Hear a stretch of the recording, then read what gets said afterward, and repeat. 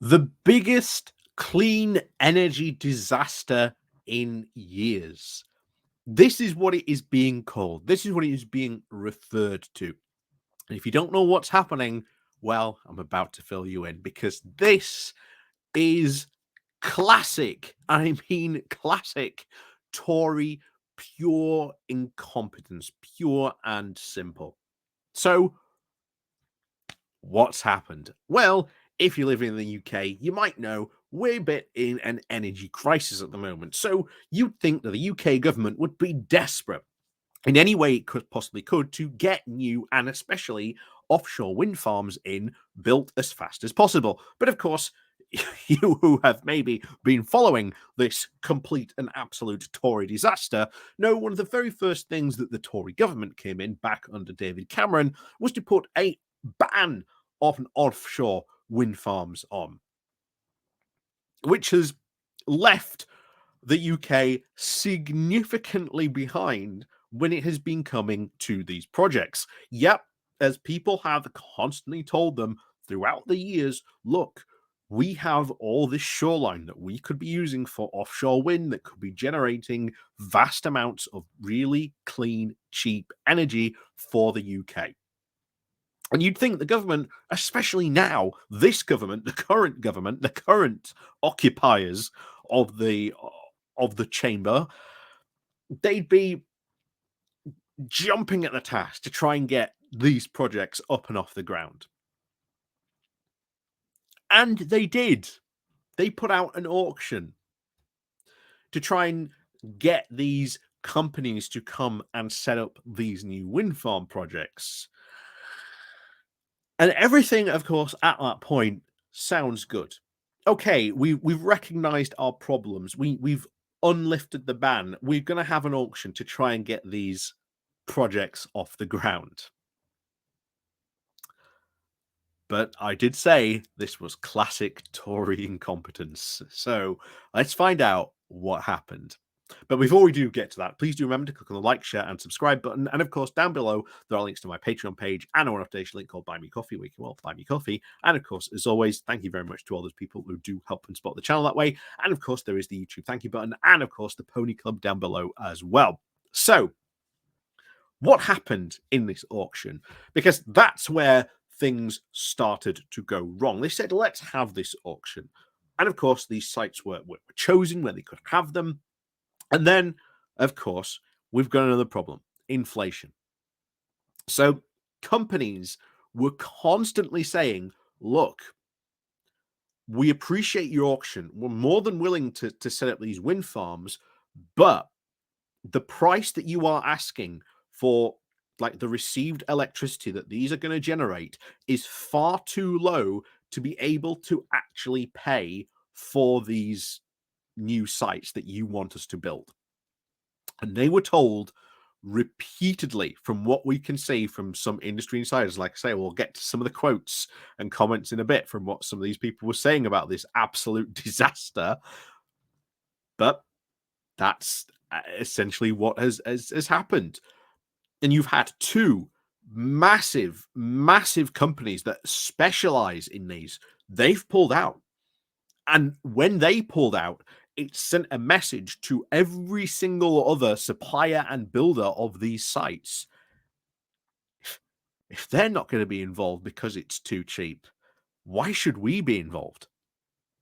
So this auction has gone ahead and no one's turned up. Think about that. An auction and no one's turned up. It has been an absolute disaster.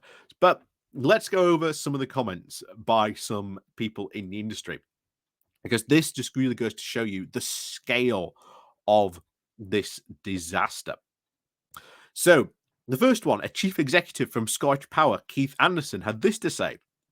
He said, this is a multi-billion-pound lost opportunity to deliver low-cost energy for customers and a wake-up call for the government.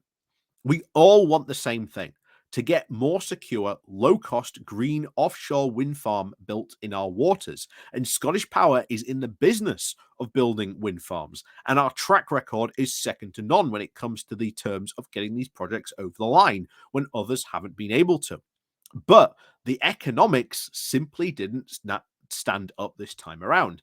And mostly it is because of inflation. They've been saying, look, if you we're more than happy to sort of build these projects, but you have to give us more money when we're generating the electricity that these are generating. You have to give us more money so that we can actually then pay for the construction for these farms to be built. Otherwise, these wind farms are very much operating at a loss, and it's not economical for us to do that. Meanwhile, of course, Ed Miliband had something to say about this. He said, the Conservatives have now trashed the industry that was meant to be the crown jewel of the British energy system, blocking the cheap, clean, homegrown power that we need. Ministers were warned time and again that this would happen, but they did not listen. They simply did not understand how to deliver the green spirit, and Rishi Sunak's government is too weak and divided to deliver the clean power that Britain needs. I can't deny him on that one. And it is simply from what we can, as he said there, they just didn't listen. They were warned, they were told, you need to increase the cost that you're going to charge electricity. Yes, they will build them, but when they're built and they're generating, they're going to be operating at a significant loss. So why is any company going to get and build these when they're uneconomical, shall we say? Graham Stewart, the Energy and Climate Change Minister, has said the government was delighted that the auction had secured, quote, a record number of successful projects of solar, onshore wind, and tidal power for the first time, and geothermal. Stewart said that the government would try and work with the offshore wind industry to try and retain the sector's global leadership. So they're trying to say, of course, this was fine and successful because there were all these other projects that got made. And yes, don't get me wrong, the solar stuff is good. The geo stuff is also good. Tidal power, excellent. But the thing is, the economics made sense. But they were told time again, and especially when we are actually something we're actually good at, a world leader in, and he's right that we are a world leader in that. And yet we've screwed up completely on this. Then you have another guy come in from the campaign director of Britain Remade. And he has said this. This is a catastrophic outcome of the auction that was completely a direct result of the government's competency and incompetence. So it has been absolutely disastrous. Even Greenpeace has called it the biggest disaster in clean energy policy in the last 8 years because it has risked jeopardizing the UK's plan to triple its offshore wind power capacity by 2030 and has now cast doubts on Britain's climate targets. And then someone from the Offshore Wind Industry Council has said this. It is clear that this year's auction represents a missed opportunity to strengthen Britain's energy security and provide a low-cost power option for consumers. If all the offshore wind projects eligible to bid in this auction had done so, we could have powered the equivalent of more than 5 million British homes a year, he said.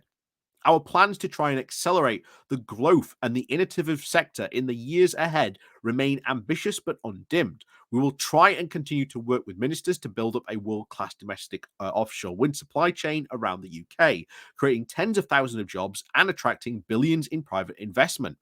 So this is probably going to be left up to Labour, but Labour has a big plan around this about creating a green energy infrastructure builder and an investment pool for this. So this will probably do really good under Labour. Creating tens of thousands of jobs, private investment. This will also provide further opportunities to export our products and expertise globally. Yeah. What a disaster. What an absolute disaster this turned out to be. You have an auction, and yet no one came to bid for the offshore wind farms because of incompetence. Of they were told multiple times you need to allow these companies to charge more for electricity because if not, then their wind farms that they are building for you are just uneconomical. They are not going to be able to operate them. Um, yeah, it's an absolute disaster. It's an absolute complete and utter shambles, to be honest. But yeah, I agree with Greenpeace. The biggest clean energy disaster we have had in years. So, as always, thank you very much for watching. And of course, as always, we'll see you all next time.